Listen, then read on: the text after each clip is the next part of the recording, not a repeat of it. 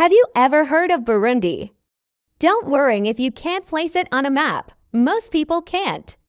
Yet, this small, landlocked nation in the heart of Africa holds a title no country wants, the poorest on earth, according to organizations like the World Bank and the IMF.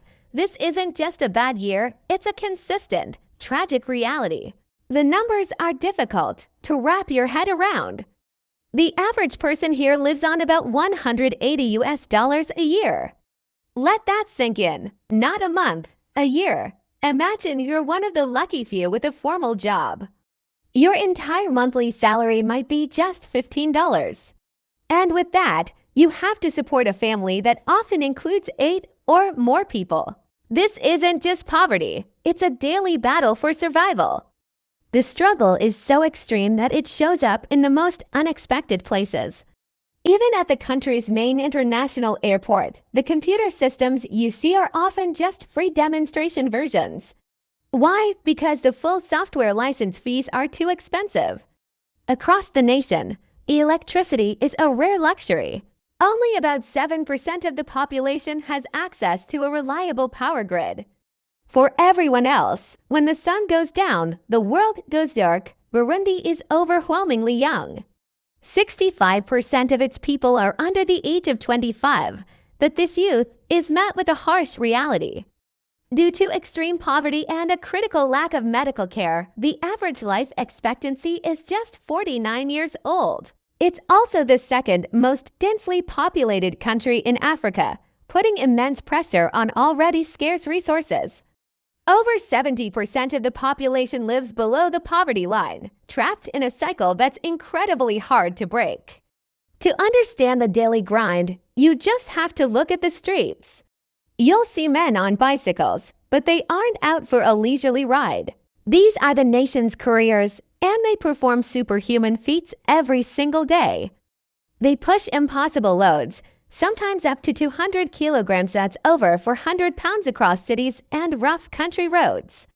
For this backbreaking, life-risking labor, they earn about 90 cents for an entire day's work. To get up the steepest hills, they resort to a terrifyingly dangerous tactic, grabbing onto the back of moving trucks, just to get a life-saving pull.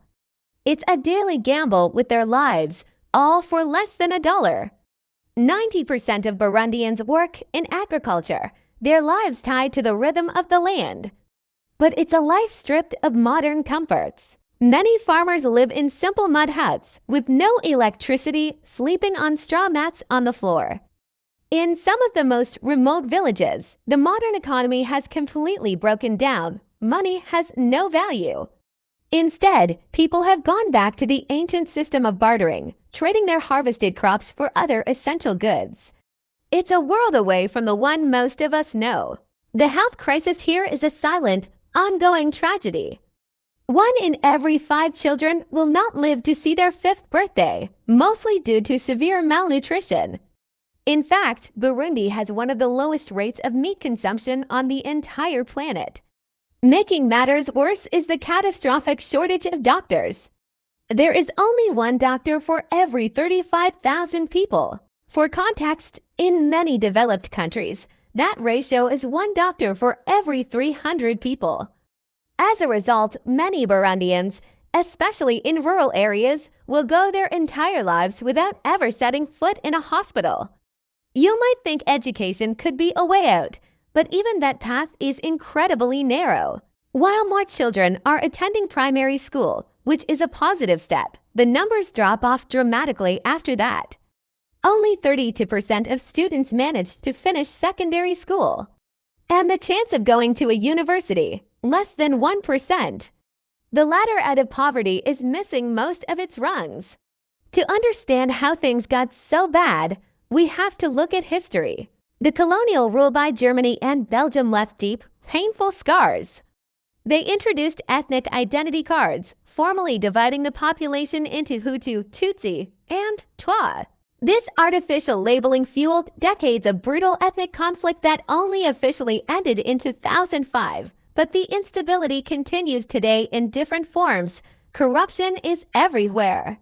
During the filming of documentaries about the country, journalists have recorded police officers openly demanding bribes at checkpoints. And trying to show the world this reality is incredibly risky. Reporters and filmmakers often face threats and even imprisonment for filming in what the authorities deem restricted areas. On top of all the human-made problems, nature itself presents a constant challenge. Burundi borders Lake Tanganyika, the second deepest lake in the world, holding 16% of the planet's fresh water.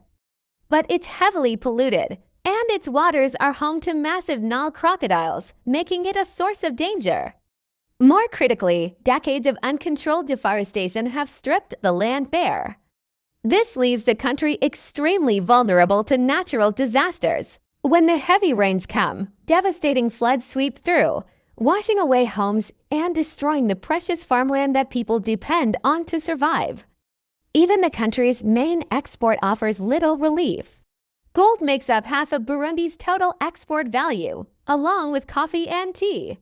But it's nowhere near enough to overcome the massive and deeply structural trade deficit. The country simply imports far more than it can ever hope to export. Burundi is a place of unbelievable hardship, but it's also a testament to the incredible resilience of the human spirit. It is a story of quiet strength in the face of insurmountable odds. It's a crisis of survival that demands our attention and our compassion. The people of Burundi are fighting every single day, and the world needs to know their story. Thank you so much for watching. If this story moved you, please consider sharing it. The more people who understand the situation in Burundi, the greater the chance for change. Don't forget to like and subscribe for more stories that matter.